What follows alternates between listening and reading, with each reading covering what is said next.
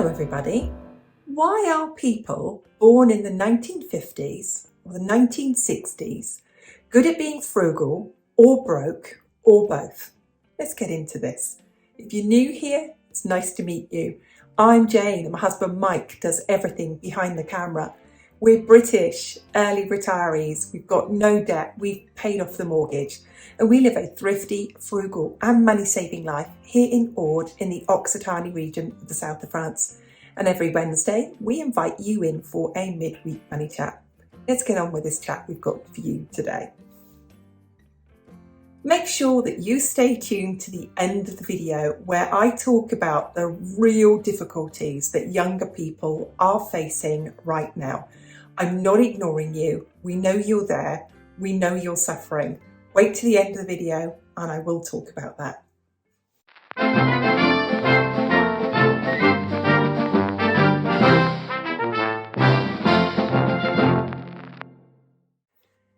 Let's start off by talking about economic hardship and instability of our parents.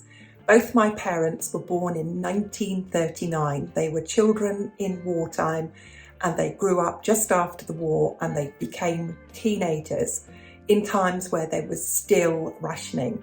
They grew up where it was really difficult to get any household items. It didn't matter if it was a whisk or a seat or a kitchen table. Everything was difficult to come by and was extraordinarily expensive. So we were brought up by people who had lived through real economic tough times. They had to be resourceful. They then brought us up in the 60s and the 70s. Now you remember I am British, so I am talking about my personal family's experience. They were also working class people who left the workplace at 15 years old and were out there earning their own living and going their own way. And everything was really, really difficult. There was no getting a driver's license. There was no chance of getting a home. They were really in the situation where like my mother herself and another young woman literally rented a room together. People like my father joined the army at 17 years old and became what they called boy soldiers to escape poverty, to escape hardship and to go somewhere where they would be fed 3 times a day. So they were really difficult economic times. So when you're brought up by people like that, it obviously rubs off on people like me who are 60 years old or maybe a bit older. And of course, it affects the psyche that we have around frugality and money.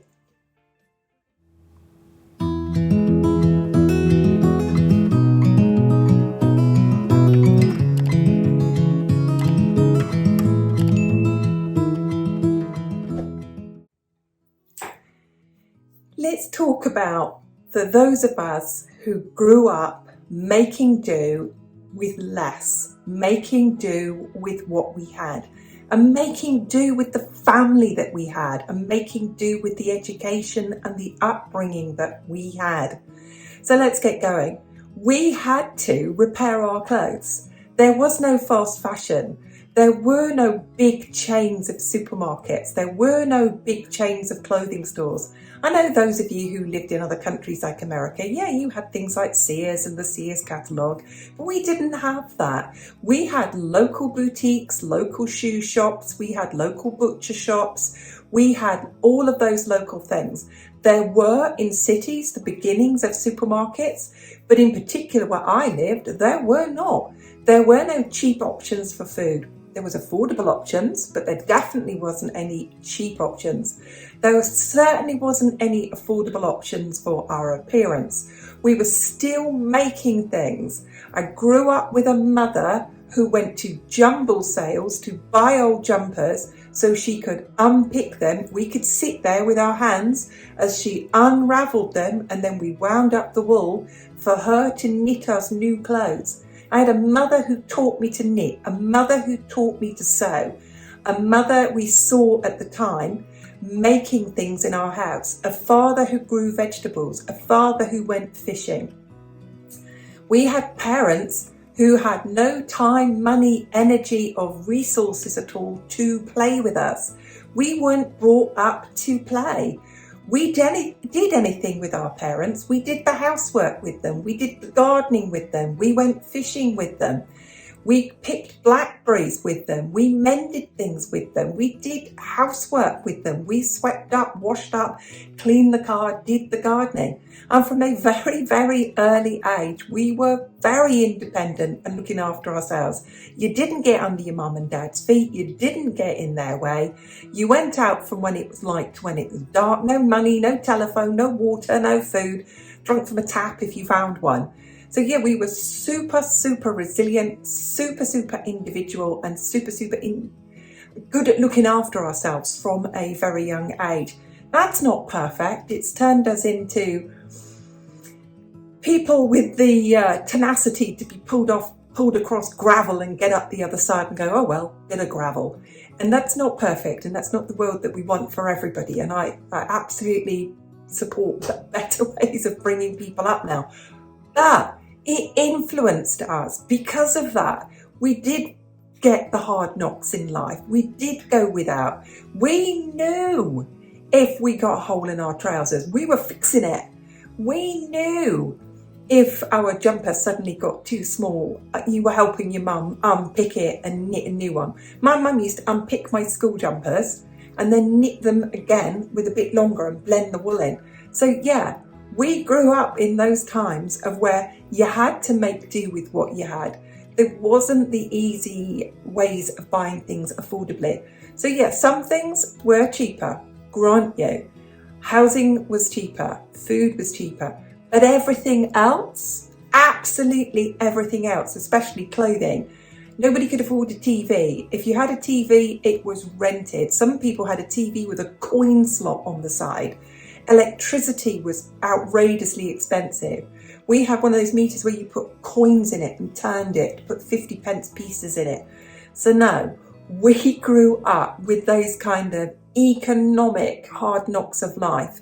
And those in turn have taught us to be tough and resilient people who can make do and mend and cope with being broke and cope with being frugal. Because a lot of the times in our lives, we've had to resort to that.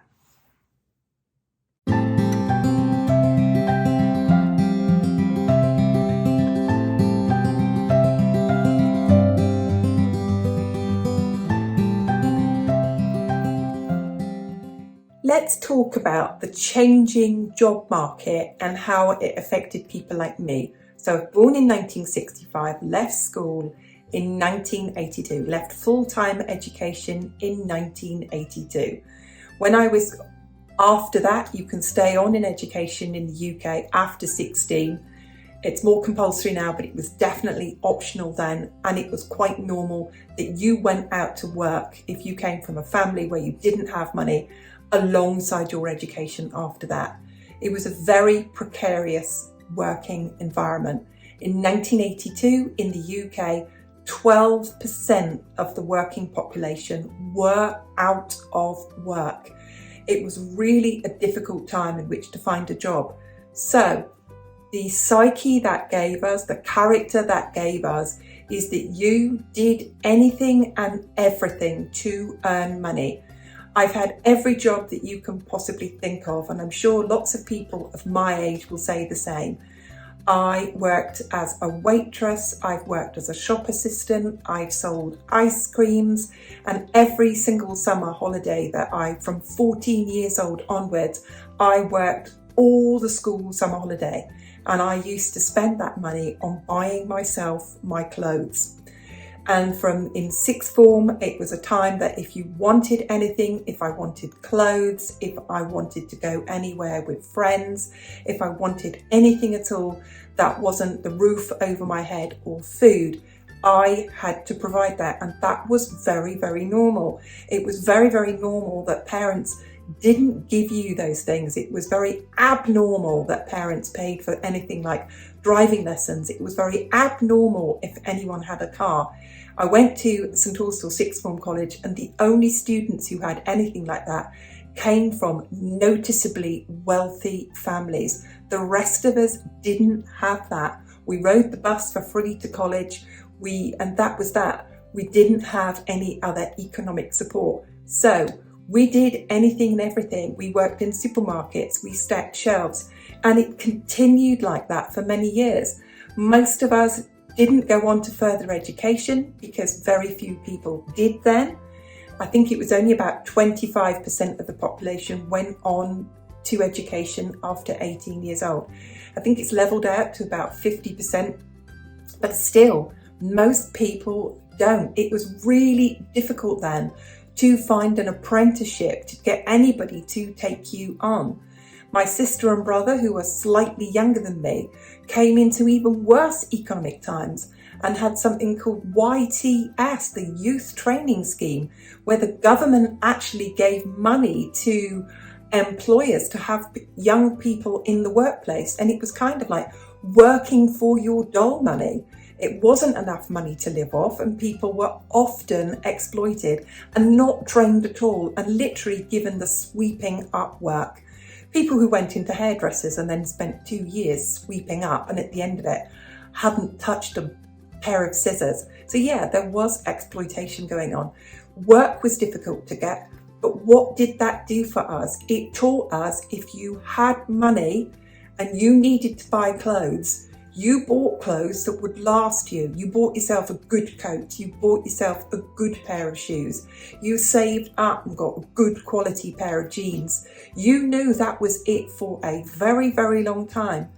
And you had very, very average, adequate, mediocre ambitions to rent a room.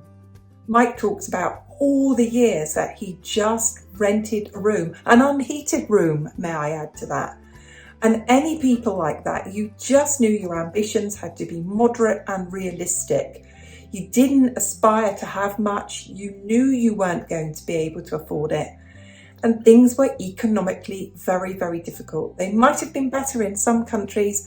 And I'm going to talk about this and mention this as well. In the 1970s, in growing up, lots of people, of family and friends, emigrated. They went to Canada, they went to Australia, and they went to New Zealand all throughout the 50s, the 60s and 70s, because they could earn more money. Us left back in the UK, we know, those of us who are our age, and people seem to think that we had it so easy. There were periods in our lives where it was really very difficult. It shaped who we are, and because of that, we do have that frugal streak because you didn't know where the next pound was coming from.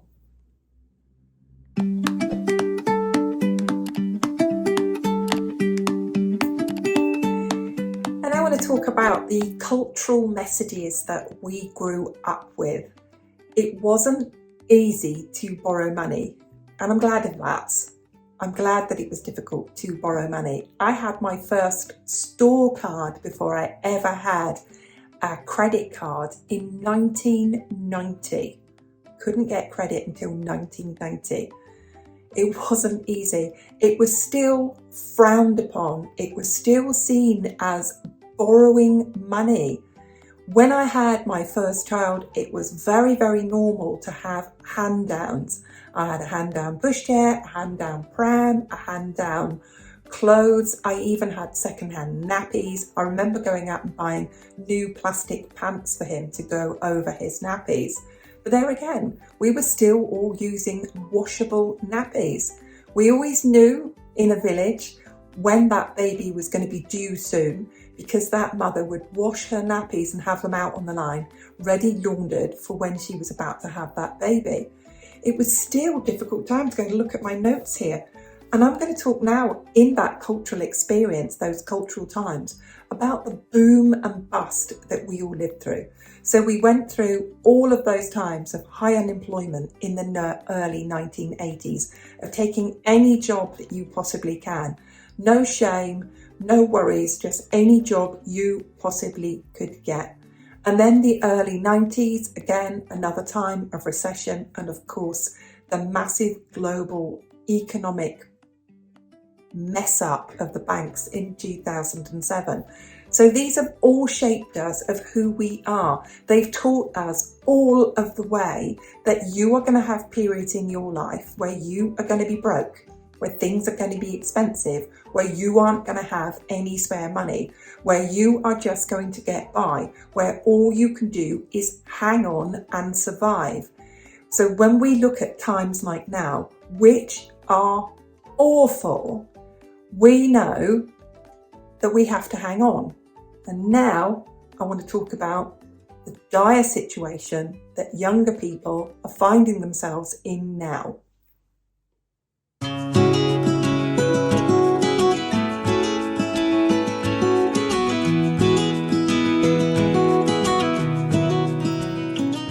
So let's talk about the here and now. Housing, totally unaffordable. Rents, totally unaffordable. More people than ever in their 20s and 30s unable to leave home. More people than ever just about getting by. And we, the generation older than you, are not ignoring you. We are not forgetting you. And we are not, I repeat, not, especially this frugal vlogger, is not saying you've got it easy. Oh, you can just go and get on the internet, or you can work from home. We absolutely acknowledge the awful situation that you are in, that no matter how hard you work, you may never ever afford your own home. We also acknowledge that those of us who've got a home may never pass down any generational wealth to you, because the equity in our homes is going to go to pay for our care. People like my parents, the equity that they have in their home will eventually pay for their care. That money will dissolve into the hands of big care homes and big businesses and holding companies who own those care homes, just in the same way that that money will dribble away with us. For so many of you out there in many countries around the world, all that money will go into your healthcare in your later years.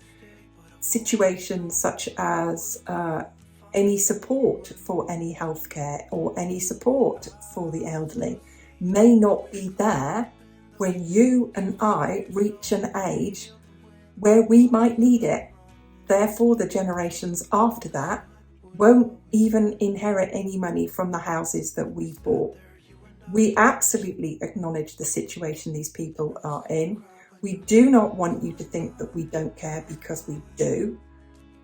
And my only advice to anybody out there is vote carefully. Make sure you do vote. Make sure you do use your political will, and make sure that you fight for any future that you may have, because it's going to be tough. Thanks for watching. We'll see you on the next video. Bye for now.